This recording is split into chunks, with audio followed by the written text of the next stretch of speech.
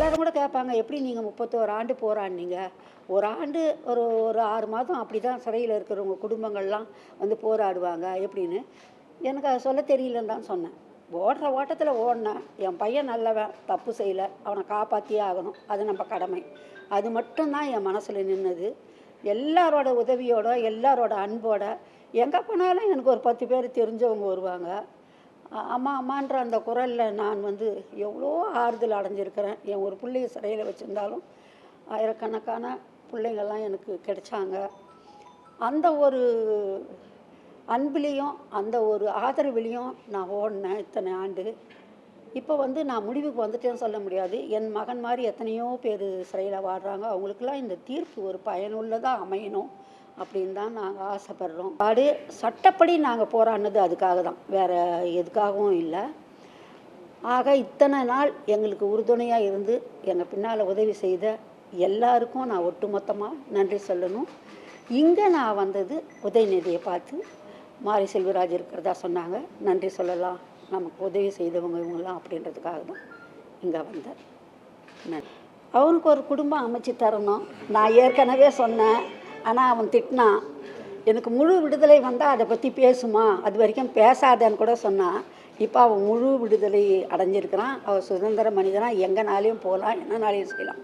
நிச்சயமாக அவனுக்கேற்ற ஒரு பொண்ணு கிடைக்கும்போது அவனுக்கு அடுத்து திருமணம் தான் பண்ணணும், அவனுக்கு ஒரு வாழ்க்கை அமைக்கணும். என் பிள்ளை வாழ்ந்தே தீரணும், அதில் நான் ஒரு பிடிவாதமாக இருக்கிறேன். ஏன்னா வந்து 31 இளமை காலங்களெல்லாம் சிறையில் கழித்தவன், எவ்வளோ வலியும் வேதனையும் இருக்குன்னு உங்கள் எல்லாருக்குமே தெரியும்.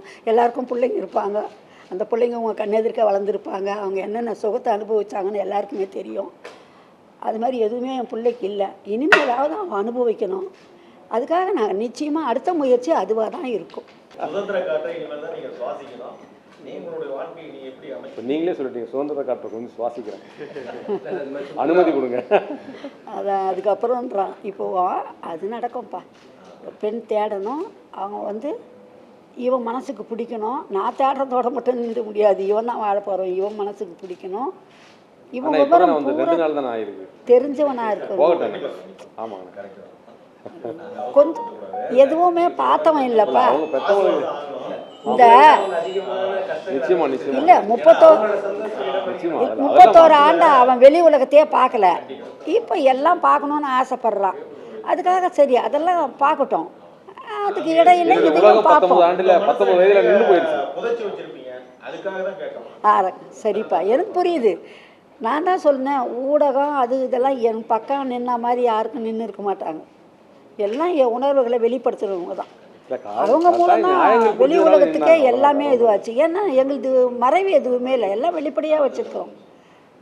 எங்கள் மொத்த இது பிரச்சனையை நாங்கள் வெளியே வச்சுருக்கோம். எல்லாருக்குமே தெரியும் நாங்கள் எப்படிப்பட்டவங்க, என்ன சொல்கிறோன்றது.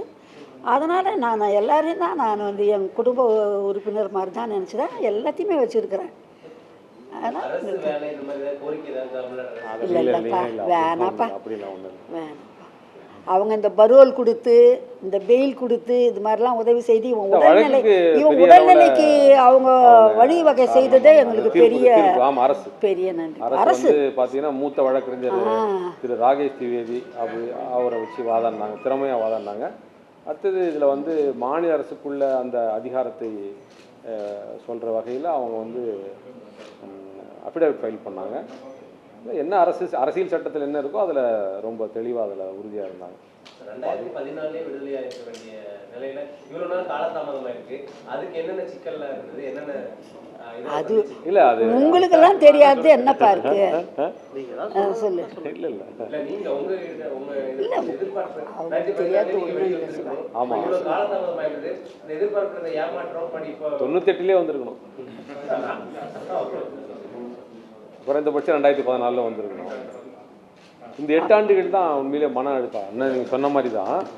அப்படி ஒரு பெரிய வழக்கில் ஒரு சாமானிய மனிதன், ரொம்ப சாதாரணமான ஆள் தான், நான் ஒன்றும் எல்லா இளைஞர்களுக்கு போல் சாதாரண இளைஞர் தான்.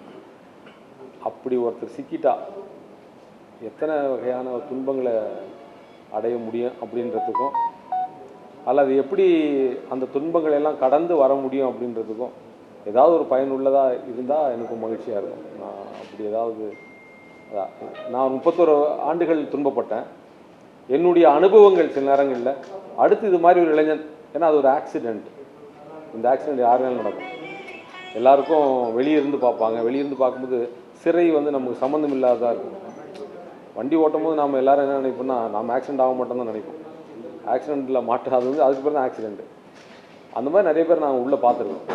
அது தெரிந்து செய்கிறவங்கலாம் வேறு, திட்டமிட்டு செய்கிறவங்க, தெரிஞ்சு செய்கிறவங்க.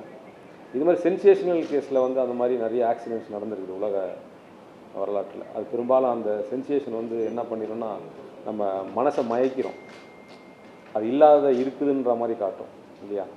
அப்படி மாட்டிட்டோம்னா அது எவ்வளோ பெரிய வலியை கொடுக்கும், அதுலேருந்து வலியிருந்து கடந்து வர்றது அப்படின்றது ஒரு அனுபவம் இருந்ததுன்னா அந்த அனுபவத்தை சொன்னால் இன்னொருத்தர் 31 ஆண்டுகள் சிரமப்படக்கூடாது. அவன் ஒரு 3 மாதத்தில் ஒரு 3 ஆண்டில் வெளியே வரா மாதிரி பயனுள்ளதாக இருந்ததுன்னா நான் ரொம்ப மகிழ்ச்சி அடைவேன்.